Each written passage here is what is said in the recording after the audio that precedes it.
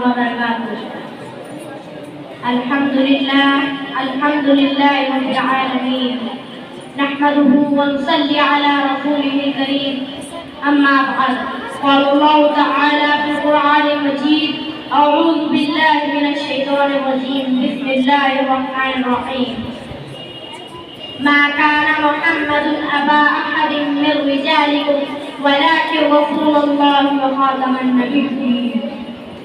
جب ظلم گزرتا ہے حد سے قدرت کو جلانا چاہتا ہے، جب ظلم گزرتا ہے حد سے قدرت کو جلانا چاہتا ہے، فرعون کا سر جب اٹھتا ہے موسیٰ کوئی پیدا ہوتا ہے۔ محترم حاضرین اکرام، میں نے ابھی آپ کے سامنے قرآن پاک کی آیت تلاوت کی، اس میں ایک بہت ہی اہم بات کا تذکرہ کیا گیا۔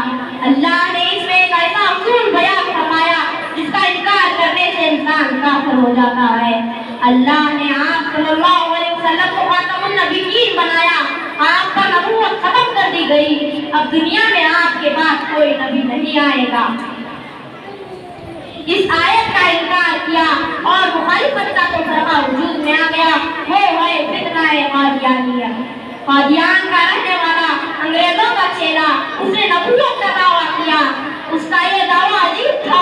اہل سنت والجماعت کا عقیدہ ہے کہ آپ صلی اللہ علیہ وسلم کے بعد کوئی نبی نہیں آئے گا، اور قرآن کی کل 6,666 آیتوں پر ایمان لانا فرض ہے، ایک آیت کا بھی نہ ماننا کفر ہے۔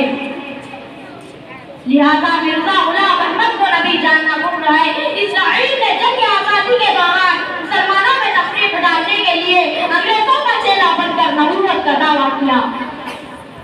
علماء اکرام نے اس کی مخالفت کی مگر وہ العلم باز نہ آیا۔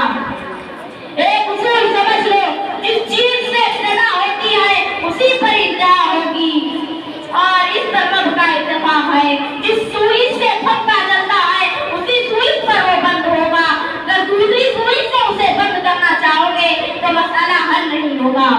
یہی حال مسلمانوں کا ہے۔ بے دینی کی ہوا اتنی پھیلی ہوئی ہے کہ امت کا دین کی طرف لوٹنا مشکل نظر آ رہا ہے۔ ابتدا ہوتی ہے اسی پر انتہا ہوگی، ابتدا ہوتی ہے اسی پر انتہا ہوگی، اور اس پر سب کا اتفاق ہے۔ آپ صلی اللہ علیہ وسلم نبی اولین بھی ہیں اور نبی آخرین بھی ہیں۔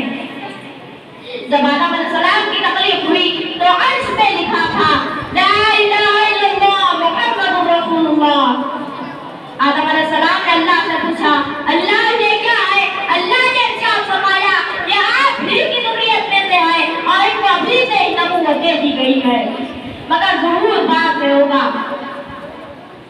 جب آدم علیہ السلام سے لفظ ہو گئی تو توبہ معافی حاصل کرنے کی کریا اتاری کی۔ مفسرین نے لکھا ہے کہ جب وہ عرش والی بات یاد آئی تو ان کی معرفت سے دعا مانگی تو دعا قبول ہو گئی۔ بہرحال ساری دنیا میں یہ قانون ہے کہ جس چیز سے ابتدا ہوتی ہے اسی پر انتہا ہوگی۔ نبوت کی ابتدا آپ صلی اللہ علیہ وسلم سے ہوئی تھی اور نبوت کی انتہا بھی اسی پر ہوگی۔ اگر کوئی نبوت کا دعویٰ کرے اور ان کو پیسوں کا لالچ دے کر اس کا اقرار کرائے تو کہہ دو ہم سب کچھ دے سکتے ہیں، سب کچھ بیچ سکتے ہیں، مگر اپنے ایمان کا سودا نہیں کر سکتے۔ ہندوستان میں جہاں جہاں قادیانیت پھیلی ہوئی ہے، غریب طبقے کے مسلمانوں کو روپیوں پیسوں کا لالچ دے کر ان کے ایمان کا سودا کرواتے ہیں۔ ہندوستان کے علماء اکرام کو چاہیے کہ ان کی سر کھوپی کے لیے تیار ہو جائے، ان سے مقابلے کرے اور ان کو حد سے تیز سگل دیں۔ ہندوستان میں جتنے فتنے رونما ہوئے ہیں آزادی کے بعد مسلمانوں نے انہیں برداشت کیا۔ 2050 بلکہ اس سے بھی زیادہ فتنے رونما ہوئے ہیں، مگر مسلمانوں نے سب سے کام لیا اور اس کے لیے تیار رہے۔